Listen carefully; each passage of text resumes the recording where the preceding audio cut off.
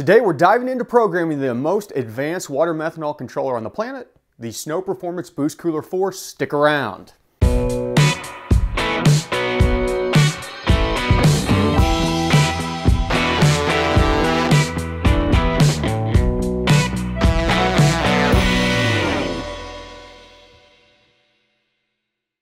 What is going on, everybody? Welcome back to the garage, and as always, I like to start out by thanking all the new subscribers. We surpassed 20,000, dream come true. I can't believe all the support that you guys have shown me here at the garage.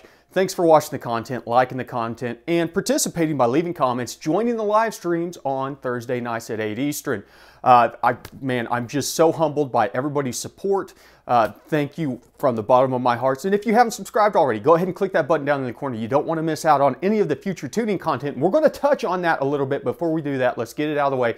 Thank you to our sponsor, Snow Performance, Nitrous Express. Without them, this series could not be possible. And without their help, I couldn't have got this thing to work properly because sometimes I'm just an idiot. And we're going to touch on some things. And in fact, whenever we get into the tuning process, I've already done 2 steps, recorded it, and I had issues with the methanol injection kit that were all on my side of having a couple things set up wrong. But I sent them a copy of my methanol injector controller tune file, which is super cool. Sent it over there, man. They spotted the issue right away. Got back to me and said, hey, here's your problem. I was like, oh, that totally makes sense. But I'm going to save you that heartache. We're going to touch on everything that you need to know in order to get your controller dialed in for your Stage 4 boost cooler. And this thing is awesome, has a lot of features. It has a couple things that you need to be aware of when going through the programming process. But watch this through towards the end or till the end, and you should be fully equipped to get everything set up that you need to get set up. On top of it, I'm going to have another video that follows this one very shortly where we go into dialing in the map sensor. Now, the settings that are in the programmer by default are for the 0 to 100 PSI transmitter, that are transducer, pressure sensor, however you want to call it, that Snow Performance sells to go along with the kit. I'm using the GM Bar 3 sensor, and you have to do a little bit different on the setup of the map sensor to get that read correctly. Because of that, I went and did another video of going through doing multi-point calibration to get those figures. I mean, technically you could probably get away with using my figures if you were using a GM 3 bar, but it's always good to double check. So keep your eyes peeled for that video. But for now, let's just go ahead and dive into the program and how we set everything up and kind of get everything ready to go for methanol injection. Okay, I've got my screen pulled up here, and the nice thing about it is even with this thing mounted in the glove box, it comes with a long enough cable I can set my laptop out here and kind of stand up while I'm doing the programming. The other nice thing about this is it will power the unit up over your USB, so you don't have to have the vehicle on to do the programming side of it. Now, whenever we connect up, the first thing every single time that we connect up to this that we want to do is hit the read button. We want to pull in the configuration that is on the device as it is right now, load that up. Now, that is going to pop up a couple windows, specifically if you have changed things like I have, which is the factory default map calibration values. As you can see, the ones on the left here are what is set up for the 0 to 100 pressure sensor, and the ones on the right are the ones that I run for mine. So I'm going to go ahead and say, yes, let's do this. Yes, we'll do this. And it will now load in our values, and down here is our current active. This little thing right here is what was getting me. This was adding too much deadband to my map sensor. I need to go ahead and change that to 2. I will touch on that as we go through this, but a good rule of thumb is that I like to do is after you make any change on here, go ahead and write all. Don't use the write button. That doesn't really serve a purpose. It will write certain portions, but if you write all, you make sure that you don't miss anything or you don't lose any data. So we're going to write all on this. Let's go into the basic configuration now, and it's pretty straightforward. We've got 7,000 RPMs as the max engine speed that we're going to ever see on this truck. In fact, we're set up to shift between 6,250 and 6,500. So we want to run this a little bit higher than the max RPM that you're going to see. Now, the pulses per revolution is the signal that you're getting for your RPM. You might need to play with this. The easiest way is just to go over to the live view, which we don't have on right now because the truck's not running. Look at your RPM, compare it to HP tuners or your dash, and then make adjustments. Next one is just straight, boost units. We're going to do it in PSI because that's the way my brain works. We're going to skip this settings wizards for now and touch on these 2 parameters right here. This is going to be the minimum boost that you'll see which ours is going to be 0, of course, because we will see 0 boost. And then the max boost, not the max boost for injection, but the max boost that your setup will see it. So I'm going to put 18 in there to be safe right now. That'll give me a little overhead, I hope. I hope I'm not running more than 18, but I don't know yet. Now for our analogs, we don't have any analog inputs on here right now, but you can set up your minimum and max analog. So if you have a 1 to 5, you can put 1 and 5 in there, or 0 to 4.5. You know, those are going to correspond with your analog inputs. I'm going to go ahead and write all because I did change my boost settings on here. And then you can see that turns green right there whenever you've written it to show that what's on the controller matches up to what you're doing right now. Now, this is where it gets a little bit tricky. This is the GPI, which are the inputs. In this case, it's just the level sensor, the float sensor that's in the tank. This is what it wants to do whenever these are made. Now, if we go over to the live view, as I said, we could probably hook up and see that our GPI status is low. That means that our tank has fluid in it. If it were high, that would mean that we were low on fluid. If we go back to our settings though, we can say what we want it to do whenever it goes into that high state. Well, the high state meaning the tank's empty. I've got it set up to override main when high. And what it does is it then writes in these values to your main injection tank. You can also, if you were running a secondary, you could do an override on secondary, or you could override the outputs when high. Now the outputs are what would be something that we would tie back, like if we had a solenoid on our bypass valve that allowed us to keep the bypass valve basically open all the time, bleeding off boost, we would tie that into one of the GPO and then have GPI override that GPO to open up that solenoid valve. But for now, I've just got set override main when high. Basically what it does is it's going to fault out the main injection table, and it should also trigger our orange light or our amber light, and I'll show you how that works here in a second. Down here is we have output duty overrides. This is where we can test our wiring. The thing to know on this is on the GPOs, these have to be set to 100%. So on GPO 1, which is the truck's not on, let me go ahead and turn it on real quick. So we actually have power coming into these devices. If I set this to 100%, my solenoid just clicked open and my green light just clicked on to let me know that my solenoid is open. That way I have flow from the tank to the pump. If I reset it, solenoid closes, green light goes off. GPO 2, which is my error light or my warning light, if I hit it, my amber light comes on. Ignore the fuel pump priming. My amber light comes on, same ordeal. We reset it. Now on main, that is our pump duty cycle. You don't have to put 100% in here to verify your pump. You can put 20% in here, listen to your pump spin up, or whenever you get done filling the tank up after you do your install. It's a good way to purge out the lines. Just remember to open up your solenoid if you've got one by putting 100% to GPO 1 before you put any duty cycle into main. So now we're looking at our main output limits, and these are just currents for low and undercurrent, overcurrent and undercurrent. So if you go over 10 amps on your pump load, it's going to throw you into an error mode. Undercurrent, of course, I haven't changed this because if we're using a pulse width modulation to control our duty cycle, we're going to have high current then goes down to low current. I'm not worried about the low current side of things. The time delay, you'll notice this is in loops, and this is kind of an assumption on my part because of my background in PLC programming, but the loops are going to be CPU cycles, and we have a delay of 50 loops, which is going to be in probably microseconds or nanoseconds. You can play with that as need be. And then finally, we have minimum duty before activation. This just says that any command below 10% duty cycle, it's not even going to bother to run the pump because the pump doesn't have any efficiency down that low. I think this is set to 15% by default. I shoot past 10% pretty quick, so it shouldn't be an issue being dropped down to 10%. Then we have calibration for analog inputs. If you do have analog inputs being brought in, you can set up calibration. You can also load them up from a spreadsheet to say that this point is equal to this point is equal to this point, etc. And then finally, we have our manifold air pressure. We've got two boxes on here, the default ones. And the nice thing about the default one is this one, once it's set in there, you have to edit defaults to change it. It will say, hey, if you're going to change this, you know, blah, blah, blah, You can change that though, and then click that again and it'll lock in these defaults. Now what we have for an actual current active, we can go over and read on our live view. You can see it's reading a little bit high today. This is set up to what we're reading on HP tuners on our manifold air pressure signal. So it is probably reading a little bit higher today than it was when I tuned this, because there might be a little bit more barometric pressure, etc. today.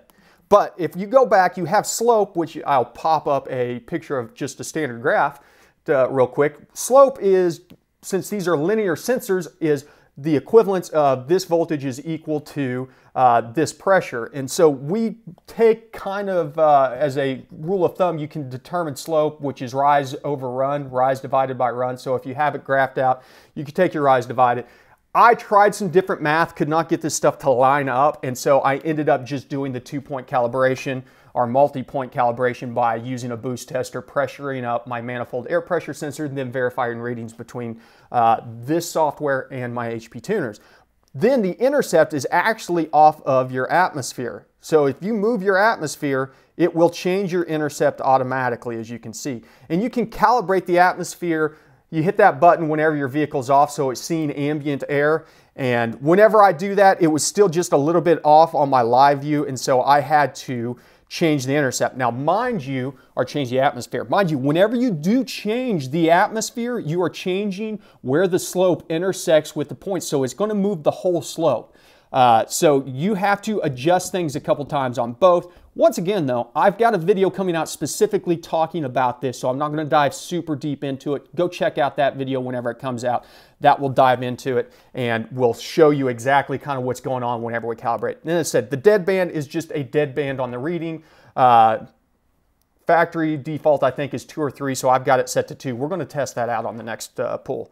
We're going to go ahead and ride all before we move on here. And what we want to do now is open up the settings wizards. And this is just going to be kind of where we want to start injection, where we want to max out the pump. So it populates this information based off of some of the things that we put in already. I don't want to start injection until 3 PSI, but I also want to hit full injection by the time we hit, say, 8 PSI. We're going to start there, see how the truck likes that, make sure we're not maxing out our injectors. We'll go with that settings. And then at the same time, I don't want RPM to be a limiting factor on starting injection. So I'm going to move it up to 2,000. We're not probably going to be into boost under 2,000, but you'll see what I'm talking about here in a second. And then 4,500, I want to make sure by that RPM we're into full injection, because I'm going to be in boost at 4,500 almost all the time. You hit that, it's going to populate out your table. Write it before you go over and look at your table. So we'll go ahead and write it. Okay, now that we're over on the main table, go ahead and read it in, because it might change some of the data that you're seeing on here. I find that it adjusts a little bit every time. And you can see that we have a nice gradual ramp up rate based on RPM and boost pressure.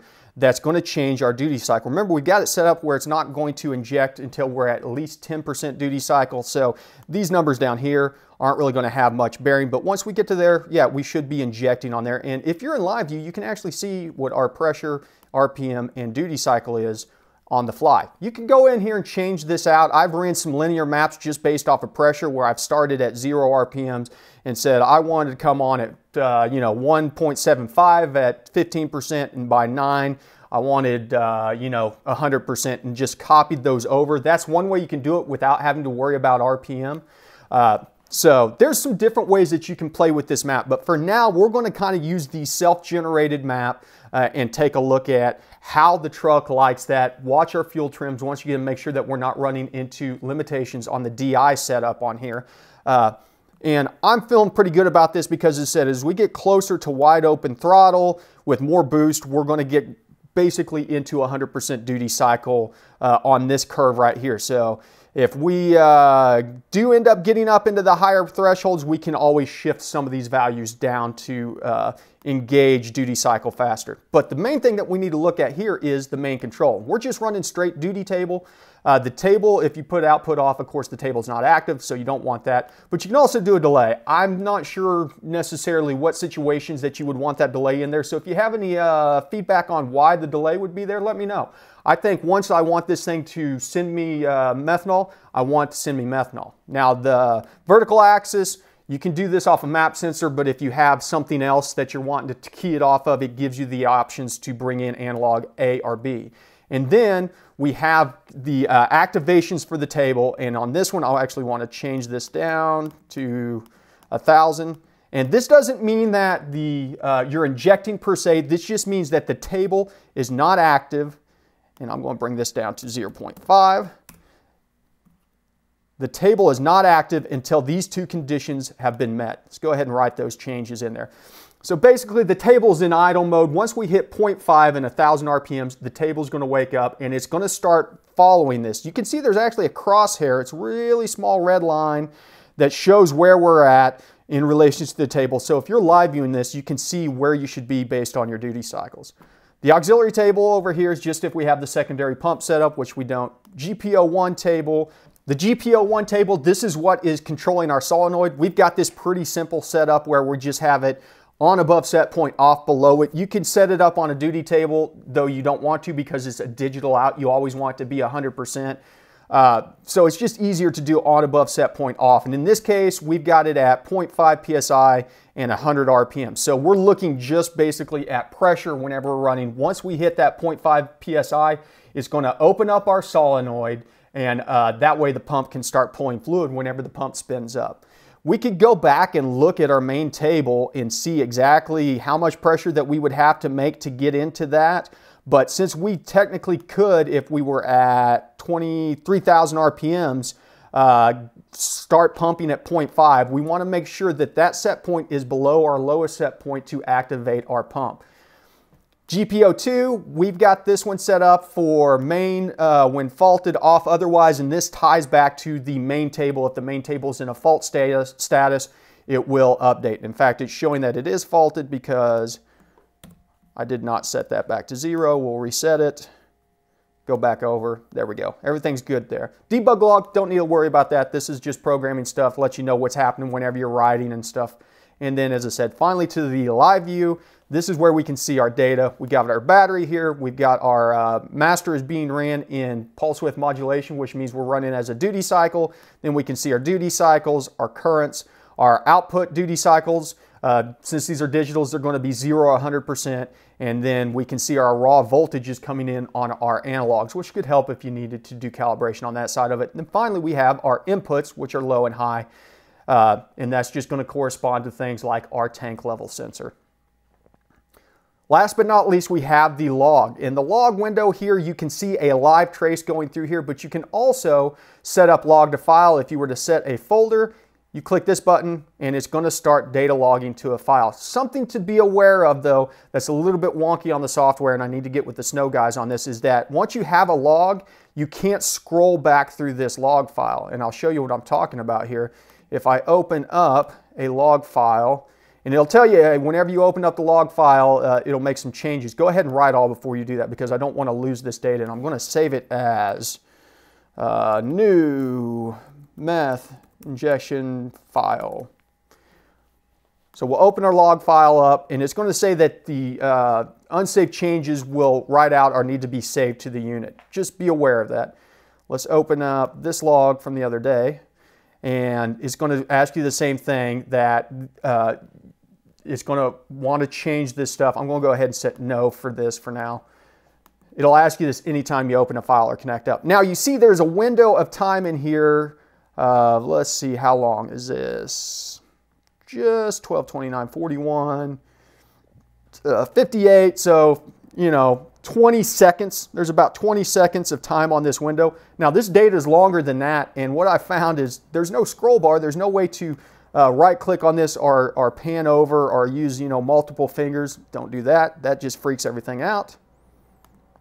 There's no way to get to this data that should be earlier on the log. But if you go over here and click and keep on scrolling back, you'll see we can actually scroll through data that we can't see on the screen. In fact, that's where I saw that, man, we got almost up to 11 PSI without methanol injection.